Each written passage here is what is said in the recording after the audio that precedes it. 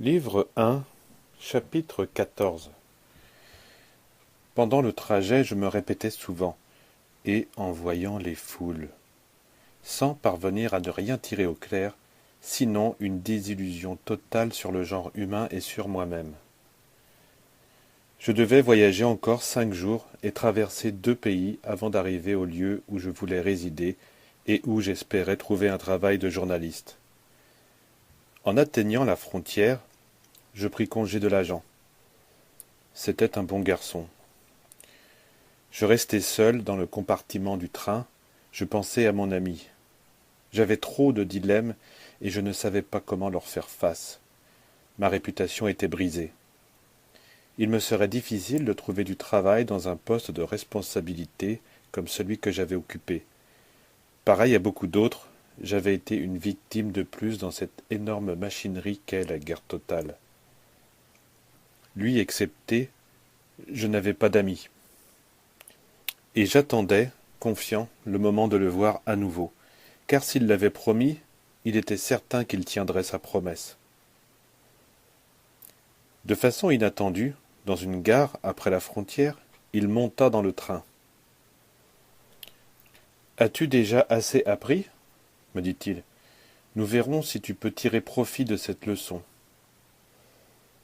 Il est possible que tu doives encore souffrir. Ce sera le résultat de tout ce que tu as fait. Mais ne désespère pas. Efforce-toi de prêter attention à ce juge interne dont je t'ai parlé.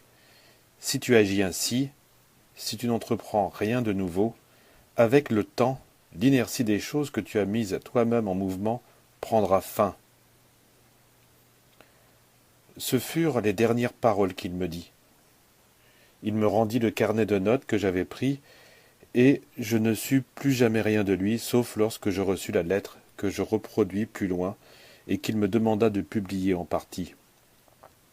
En arrivant à la ville où je devais entreprendre certaines démarches pour pouvoir continuer mon voyage, je retrouvai la même situation politique que celle que je venais de laisser derrière moi. Le lendemain de mon arrivée, je reçus la visite de cet agent secret, celui du portefeuille. « Je me félicite que vous soyez venu, me dit-il. Ici, nous pouvons utiliser vos services. »« Je vous remercie de vous souvenir de moi, lui répondis-je, mais je suis fatigué. » Et je lui exposai ma situation personnelle, mes obligations et la souffrance que j'avais causée aux miens. « Ne vous faites pas de soucis pour ça, insista-t-il. Votre expérience nous sera précieuse. Il n'y a rien de risqué. De plus, nous vous paierons bien. » Je réitère ma gratitude, mais je préfère poursuivre mon voyage. Mais, changeant de ton, il me dit « Vous n'êtes pas en situation de refuser notre demande. Si nous voulions, nous pourrions vous arrêter à nouveau comme suspect. Vous savez bien quelle est notre situation, et je vous assure que nous n'allons pas permettre à des amis diplomates de vous aider. Ici, vous n'avez pas d'amis, vous avez très peu d'argent et vous ne pourrez pas trouver du travail. »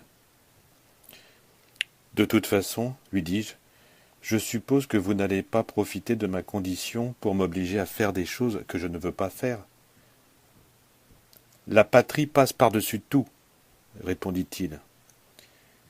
Je ne pus contenir un sourire de mépris. « Je sais bien que les garanties constitutionnelles sont suspendues ici, que vous devez vous protéger par un état de siège permanent. Je sais que je me trouve dans une situation critique et que je dépends de vous pour pouvoir retrouver mes proches. Mais malgré tout, je préfère aussi, croyez-moi, qu'on me tue plutôt que de continuer dans ce train de farces et de mensonges. » L'homme devint livide. Il me gifla, et moi qui, seulement quelques mois plus tôt, l'aurais tué sur place, je me sentis comme retenu, et je ne dis ni ne fis rien. Quelque chose d'étrange se passa en moi, que je ne peux pas expliquer, et cependant ce n'était pas la peur. C'était un sentiment très particulier. En souriant, je perçus un grand calme dans ma poitrine. L'homme se sentit honteux. Il lança une demi-douzaine de menaces de plus, et il se retira. Du balcon de l'hôtel, je le vis s'asseoir sur un banc de la place publique. Au bout de quelques instants, alors que je me rasais, il se présenta de nouveau à moi.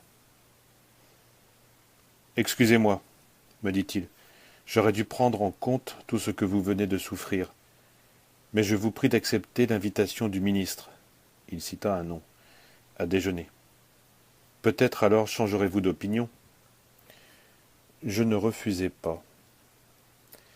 La raison du déjeuner était très simple. Il y avait une conspiration en marche pour destituer le président et mettre le ministre à sa place. Pour cela, il était nécessaire de sonder certains milieux. Je lui expliquai que sur le plan professionnel, j'étais discrédité. Nous pourrons arranger ça facilement, me dit-il. Il cita un journal d'opposition et me donna à entendre que ses dirigeants, qui possédaient aussi de grands intérêts dans les richesses naturelles du pays, ne verraient pas d'un mauvais œil ma collaboration. Non, lui dis-je, je suis fatigué de tout cela. De toute façon, réfléchissez-y pendant quelques jours. J'ai dans mon bureau un dossier très intéressant sur vous et sur vos idées politiques. Je me rends compte aussi que vous êtes discret.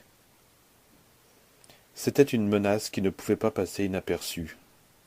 Je me trouvais à nouveau dans les filets d'une de ces abominables intrigues politiques des pays sud-américains, une machinerie pleine de mensonges, de crimes et d'extorsions. Désillusionné, je pensais ce soir-là au suicide.